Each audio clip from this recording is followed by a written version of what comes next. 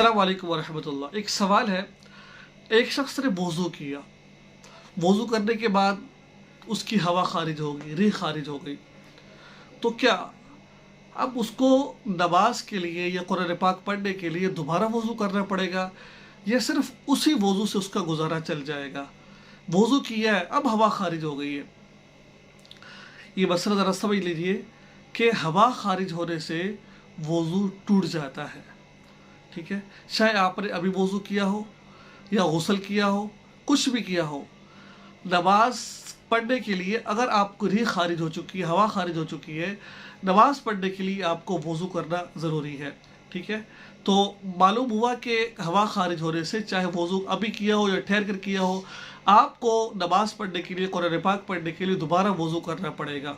ठीक है, तो मालूम हुआ हवा खारिज होने से वज़ू टूट जाता है।